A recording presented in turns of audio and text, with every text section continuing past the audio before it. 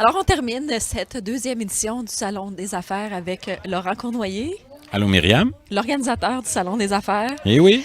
Comment tu te sens là, après cette deuxième édition? Là, on ferme les portes bientôt. Ben, je suis très satisfait.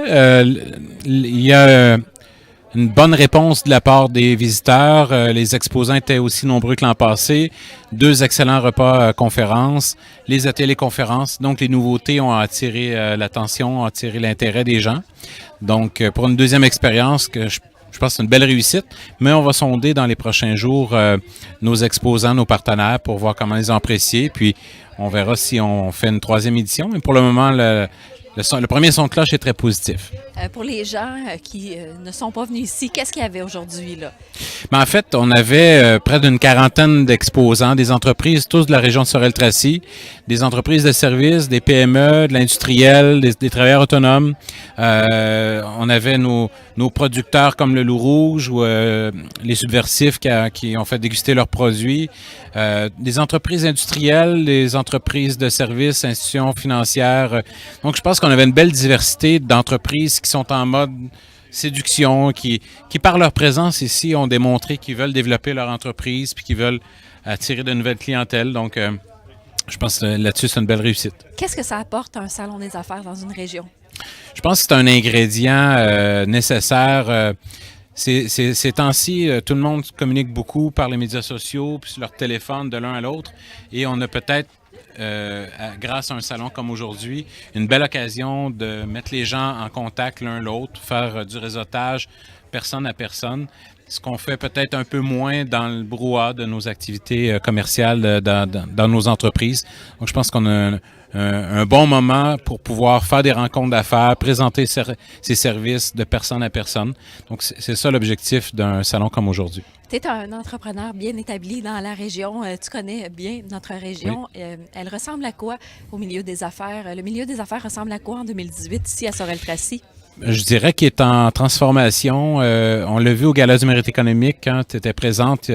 Beaucoup de nouvelles entreprises, de nouveaux visages, beaucoup de micro-entreprises, beaucoup d'entreprises de la relève aussi, des jeunes qui prennent la relève.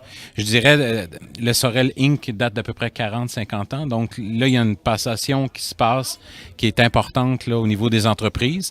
Alors, je pense qu'il y a de la relève et c'est encourageant. Pour les entreprises bien établies, on en parle beaucoup. C'est surtout les défis de la main-d'œuvre qui sont des grandes préoccupations, des emplois spécialisés difficiles à combler, de la rétention de personnel. Puis c'est un peu ça, d'ailleurs, les raisons de nos ateliers, de nos repas conférences aujourd'hui, même l'atelier conférence. On voulait amener un point là-dessus parce qu'il y a beaucoup de préoccupations. Les gens ont beaucoup de difficultés à combler des postes. Que ce soit ici, on est à l'hôtel La Rive, je parlais au propriétaire, puis juste les femmes de chambre, je veux dire, ils pensent à l'immigration pour combler ces postes-là parce que les gens ne veulent plus travailler, faire ce type de boulot. La salle à manger, les restaurations, les banquets.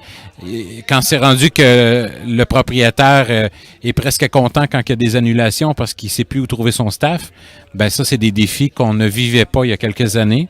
Alors, c'est des préoccupations. C'est pas propre à Sorel-Tracy. À Montréal, ça arrive aussi, mais les gens sont plus... ils se promènent plus des entreprises à l'autre. Ici, on est un plus petit marché. Alors, si tu trouves pas l'emploi que tu veux, tu quittes, malheureusement. Donc, il y a beaucoup de préoccupations au niveau de la main-d'œuvre pour permettre aux entreprises de continuer leur croissance. Et au terme d'aujourd'hui, tu as entendu les conférenciers... Oui. Quelles sont les solutions possibles pour pallier Je pense qu'on a entendu une belle ce midi avec Martin de la Roseville, la recharge. Apiculture, c'est la pointe de l'iceberg. Là. Ça sera même plus quelque chose de hot. Là. Ça va être le minimum nécessaire dans les prochaines années. Il faut que les employeurs se rendent compte rapidement que le temps est révolu où on avait des CV, puis qu'on choisissait dans le lot celui qui nous convenait. Aujourd'hui, ce sont les employeurs qui passent les entrevues, puis ce sont les employés, les candidats qui regardent l'entreprise dans laquelle ils veulent travailler. Donc, les pendules ont changé. Hein? C'est plus le même mode. Et je pense que la conférence de ce midi répondait à un besoin. Donc, les gens doivent se mettre en mode de bonheur au niveau des employés pour garder les employés heureux, puis motivés, puis la rétention de personnel aussi. Tu as 2 entreprises. Le bonheur passe par quoi dans tes entreprises à toi? Des petits gestes, ça prend pas grand-chose. On en a fait des plus spectaculaires, mais on en fait des petits gestes au quotidien.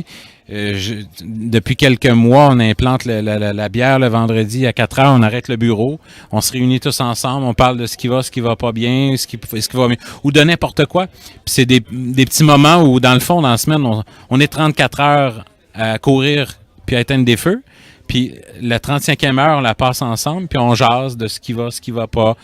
Personnel, en fait, c'est rendu qu'on parle même plus de l'entreprise, mais je trouve que c'est des façons qui sont pas onéreuses pour l'entreprise pour garder une belle chimie dans l'équipe.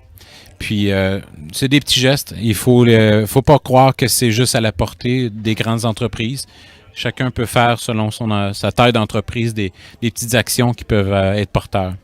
En terminant, ton souhait pour la région de Sorel-Tracy à court, moyen terme, là?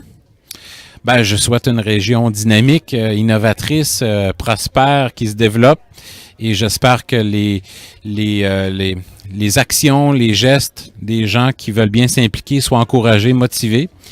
Et qu'on ne soit pas tous chacun pour soi, mais plutôt qu'on travaille ensemble. Mais aujourd'hui, c'en est un bel exemple. Exactement. Le gala Apprenti Entrepreneur s'est arrimé avec notre salon des affaires et ça fait en sorte que nos entrepreneurs se retrouvaient tous au même endroit aujourd'hui, plutôt que chacun pour soi, puis chacun à des endroits différents. C'est des exemples concrets qu'à un moment donné, en se parlant, puis en voulant travailler ensemble, on peut faire avancer des choses. Bien, bravo pour ce deuxième Salon des affaires. Merci beaucoup. À ton équipe et toi. T'en fais partie. J'en fais partie, mais oui. On peut remercier les gens de ton équipe en terminant. Oui, je remercie tous les gens, autant chez Cournoyer Communication que l'équipe de CJSO. Vous avez travaillé très fort. Puis les gens peuvent pas se rendre compte à quel point il y a des heures ici et c'est pas fini. On est encore ici jusqu'à demain, puis une partie de la nuit pour tout démonter.